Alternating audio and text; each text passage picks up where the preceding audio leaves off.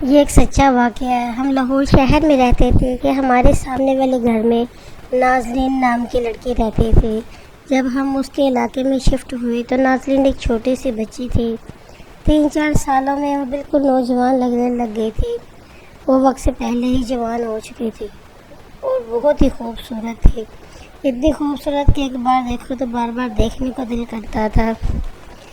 ابھی وہ 13 سال کی ہی ہوئی تھی کہ اس کے والدین کو اس کی شادی کی فکر ہو گئی۔ نازنین اتنی خوبصورت تھی کہ اس کے کئی رشتے آئے۔ اس کے خاندان والے باہر رشتہ کرنے کو راضی نہ تھے۔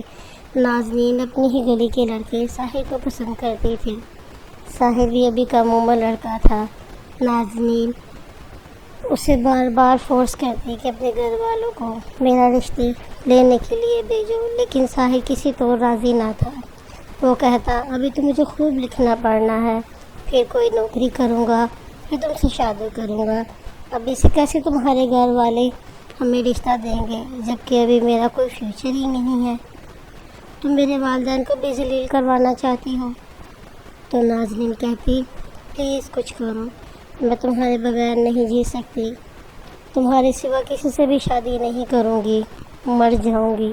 ساحر کے لاکھ سمجھانے کے باوجود اس نے اپنی ضد نہ چھوڑی اور مرنے کی دھمکیاں دیتی رہی۔ پہل تو ساحر نے بہت سمجھایا، پھر ایک دن غصے میں آ کر کہہ دیا جاؤ کر لو خودکشی۔ ایک دن وہ میں چھت پہ کھڑی تازہ ہوا سے لطف اندوز ہو رہی تھی کہ میں نے دیکھا نازنین مٹی کے تیل کی بوتل ہاتھ میں پکڑی ہوئی ہے۔ کچھ اس نے پی لی اور باقی اپنے کپڑوں پر پھینک لی اور ساحر کو دھمکاتے ہوئے خود کو آگ لگا لی۔ اس کی چیخیں دور دور تک سنائی دے رہی تھی۔ اس کا جسم جل رہا تھا۔ اس کے چچا نے اس پر چادر بھی نہ ڈالی۔ اس کا لباس پوری طرح سے جل چکا تھا اور وہ بے لباس ہو رہی تھی۔ سامنے اس کا ظالم چچا کھڑا تھا جو اس کو جسم ڈھانپنے کے لیے چادر دینے کے لیے بھی تیار نہ تھا۔ میری والدہ نے دوڑ کر اپنی چادر اس کو پہنا دی، اس کا برہنہ جسم کو ڈھانپ دیا اور ہسپتال لے گئے کہ شاید وہ بچ جائے، لیکن وہ 80% جل چکی تھی۔ اس کا حلق پورا جل گیا تھا۔ وہ اس قابل بھی نہ تھی کہ پانی کی ایک بوند بھی پی لے۔ اس رات میں سو نہ سکی۔ مجھے ایسا محسوس ہو رہا تھا کہ نازنین چیخ کر مدد کے لیے پکار رہی ہے۔ صبح ہوتے ہی نازنین کی خبر آ گئی کہ وہ اس دنیا میں نہیں رہی۔ اس کی موت تو جیسے پتھر کی ہو گئی تھی۔ اس کی آنکھوں میں بے یقینی سی تھی کہ اس کی نازنین اس دنیا سے چلی گئی ہے۔ وہ نازنین جس کو اس نے دلہن بنانا تھا، بڑے شوق سے اس کے لیے لال جوڑا بنایا تھا کہ میری نازنین پہنے گی، لیکن نازنین کو تو سفید کفن پہننے کی خواہش تھی۔ ادھر ساحر کو کی یہ حالت تھی کہ جیسے کوئی پاگل ہوتا ہے۔